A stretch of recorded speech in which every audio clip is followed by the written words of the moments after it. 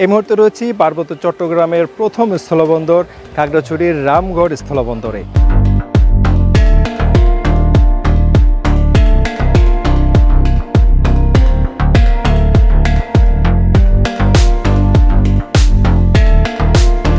এটি হচ্ছে international passenger terminal Ramgarh.